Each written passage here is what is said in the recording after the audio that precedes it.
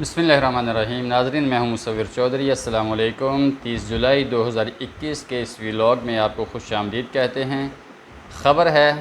ان لوگوں کے بارے میں جو یہ کہا کرتے تھے کہ شاہد خاقان عباسی اور میاں نواز شریف اور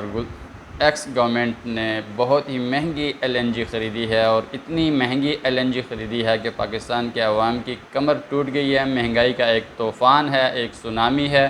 جس نے لوگوں کا اجیرن جو ہے جینا اجیرن کر دیا ہے، دو بھر کر دیا ہے۔ لیکن اب خبر یہ آئی ہے کہ اسی گورنمنٹ نے ایل این جی خریدی ہے، اور بلومبرگ کی رپورٹ ہے، اس نے یہ کہا ہے کہ تاریخ کی سب سے مہنگی ترین ایل این جی خریدی گئی ہے، عمران گورنمنٹ نے خریدی ہے۔ اور وہ ایل این جی جو $6 کے حساب سے ملنی تھی وہ انہوں نے خریدی ہے $18 کے حساب سے، مطلب کہ 6 اور 18 200 اور 300 گنا زیادہ مہنگی ایل این جی خریدی گئی ہے۔ اور یہ عمران گورنمنٹ کا ایک بڑا ہی سنہری کارنامہ ہے۔ فائلیں بنے گی آنے والے دنوں میں، ابھی کوئی بھی نہیں روکے گا، کیونکہ ابھی اور بھی بہت سارے کام ہیں۔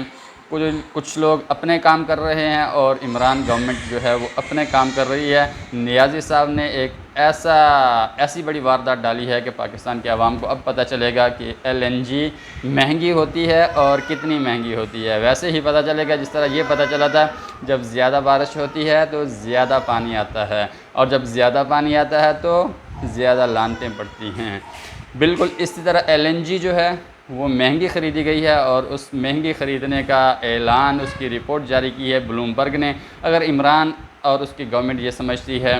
کہ نہیں، ہمارے اوپر یہ الزام لگایا گیا ہے اور ہم نے مہنگی ایل این جی نہیں خریدی، دنیا کے اندر یہی ریٹ تھے، تو پھر بلومبرگ کے اوپر ہرجانے کا دعویٰ کریں، کوئی 10 20 30 ارب ڈالر کا کریں، تاکہ پاکستان کے لیے ایک تو ایل این جی بھی مل جائے گی، اور ایک اس گورنمنٹ کی ساکھ بھی بہتر ہو جائے گی، اور دنیا کو پتہ چلے گا کہ نہیں، یہ تو صادق اور امین کی حکومت ہے، اور صادق اور امین کی حکومتوں کے اندر ایل این جی مہنگی نہیں خریدی جایا کرتی ہیں۔ اس کے بعد دوسری خبر یہ ہے شریف برادران کے بارے میں۔ عمران خان نے یہ دعویٰ کیا تھا 2018 اور 17 میں کہ انہوں نے مجھے 10 ارب روپے کی رشوت دی ہے، رشوت کی پیشکش کی ہے، اور اس پیشکش کے اوپر میاں شہباز شریف صاحب نے ایک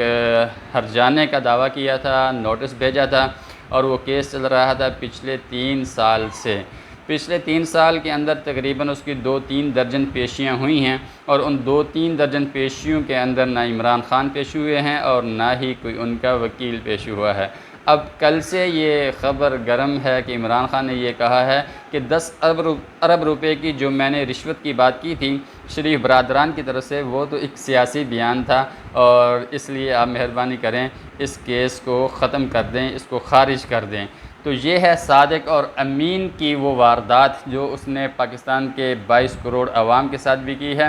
جب بھی وعدے یاد دلائے جاتے ہیں، جب بھی نعرے یاد دلائے جاتے ہیں، اور جب بھی ان کی کمپین یاد دلائی جاتی ہے، تو پھر یہ کہتے ہیں نہیں نہیں، یہ تو ایک سیاسی بیان تھا، اور سیاسی بیان سمجھ کر ہی اس کو لیا جائے اور اس کو عدالت میں نہ گھسیٹا جائے۔ اور یہ اس صادق اور امین کی وہ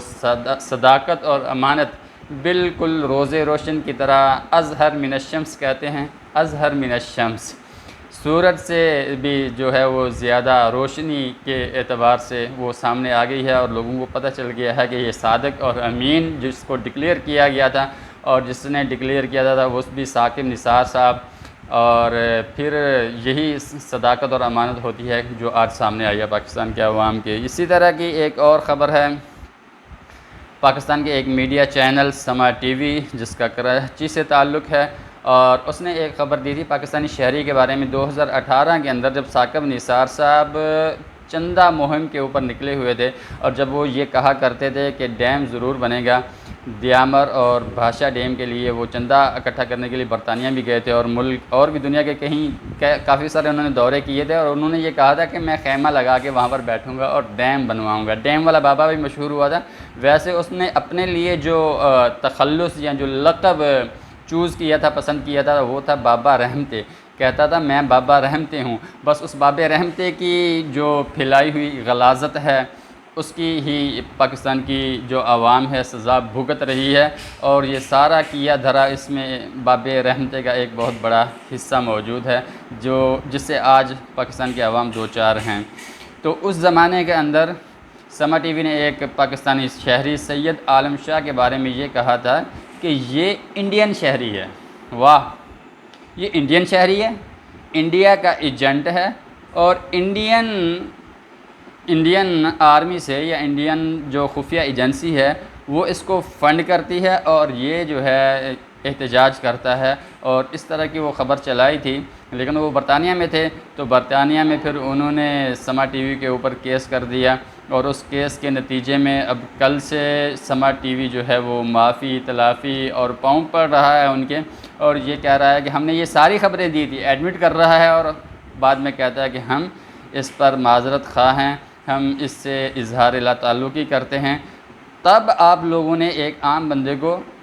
انڈین شہری، وہ پاکستانی شہری، انڈین شہری ڈکلیئر کیا، پھر اس کو ایجنٹ ثابت کیا، پھر اس کو یہ بارے میں یہ بھی کہا ہے کہ اس کو فنڈنگ ہوتی ہے۔ تو آپ اندازہ کر لیں، جب مثبت خبروں کا دور ہوتا ہے، جب مثبت خبریں پھیلائی جا رہی ہوتی ہیں، تو ماحول اسی طرح کا ہوتا ہے، اور یہی ماحول آپ کو دیکھنے میں ملے گا 2017 میں، 2018 کے اندر۔ یہی وہ زمانہ تھا جب مثبت خبروں کا دورہ تھا، اور اس زمانے کے اندر اس طرح کی بے شمار خبریں دی جا رہی ہوتی تھیں، لیکن ان کو کوئی بھی پوچھنے والا نہیں تھا، اور آج بھی کوئی پوچھنے والا نہیں ہے۔ اس کے بعد ایک اور خبر سامنے آئی ہے، عمران خان کی صداقت اور امانت کے اوپر جو مہر تصدیق ثبت کرتی ہے، وہ یہ ہے کہ صاحب امریکہ گئے تھے ٹرمپ سے ملنے کے لیے، اور وہاں پر جا کے انہوں نے یہ کہا ہے کہ جو جنرل سلیمانی ایران کے جنرل تھے، ان کو آپ نے ٹارگٹ کیا تھا، وہ اچھا کیا تھا، ہم اس کی تائید کرتے ہیں۔ اور اس تائید کے بعد اب وہ خبر لیک ہوئی ہے، تو اب دیکھیں کہ پاکستان اور ایران کے تعلقات کیا ہوتے ہیں، اور کیونکہ یہ پاکستان کے وزیر اعظم عمران خان نے ایز اے پرائم منسٹر یہ اسٹیٹمنٹ دیا ہے، اور وہ رپورٹ ہوا ہے، تو اب یہ پتہ چلے گا کہ اس اسٹیٹمنٹ کی قیمت کتنی ادا کرنا پڑتی ہے، اور یہ قیمت صرف عمران خان کو ادا کرنا پڑے گی یا کہ ریاست پاکستان اور پاکستان کے عوام کو بھی ادا کرنی پڑے گی۔ یہ چیزیں آپ آنے والے دنوں میں آپ کو معلوم ہو جائے گا۔ اور پھر اس کے اندر جو صداقت اور امانت کی سب سے بڑی چیز ہمارے سامنے آتی ہے، وہ یہ ہے کہ یہ صاحب عمران نیازی پرائم منسٹر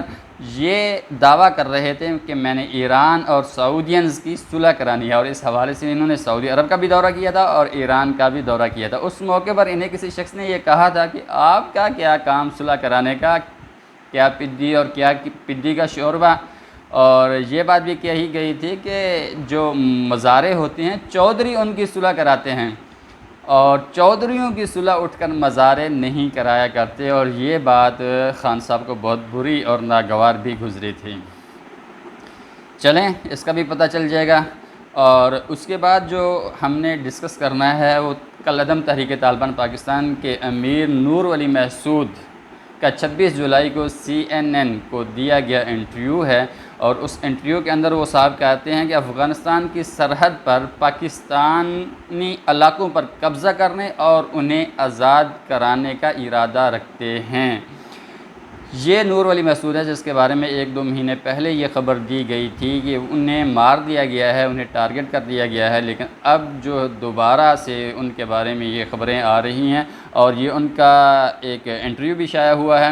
اور شاید کہ اس انٹرویو کا ایک مقصد یہ بھی تھا کہ ان لوگوں کو بتانا، سیکورٹی اسٹیبلشمنٹ کو جو یہ کہتی تھی کہ وہ مر گیا ہے، انہیں یہ بتانا کہ نہیں، وہ بندہ ابھی زندہ ہے۔ اور دوسرا مقصد جو ہے وہ بہت ہی خطرناک ہے کہ پاکستانی علاقوں پر قبضہ کرنا ہے اور انہیں آزاد کرانا ہے۔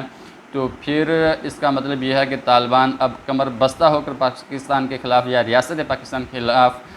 لڑنے کا ارادہ رکھتے ہیں، اور اس پر گورنمنٹ آف پاکستان کیا سوچتی ہے، اس نے کیا پالیسی مرتب کرنی ہے، اور یہاں پہ کیا ہونے جا رہا ہے، یہ بھی ہمیں آنے والے چند دنوں میں پتہ چلے گا۔ لیکن فی الحال جو افغانستان کے طالب علم ہیں، اقوام متحدہ کے مطابق وہ بھی افغانستان کے 15 اضلاع کے اوپر، 15 علاقوں کے اوپر قابض ہو چکے ہیں، اور دوسری طرف افغانستان کے طالبان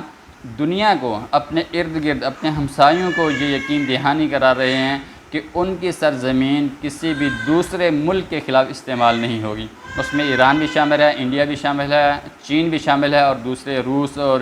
ازبکستان اور ریاستیں اور مشرق وسطیٰ کے ملک بھی شامل ہیں، جن کو طالبان جن کے ساتھ انگیج ہیں، اور انہیں یہ یقین دہانی کرا رہے ہیں کہ ان کی سرزمین کسی بھی دوسرے ملک کے خلاف استعمال نہیں ہوگی، بلکہ چین کو افغانستان کے طالبان نے یہ یقین دلایا ہے کہ وہ بیجنگ کے خلاف مسلمانوں پر ہونے والے ظلم جو چین میں ہو رہے ہیں اس کے اوپر بھی آواز نہیں اٹھائیں گے۔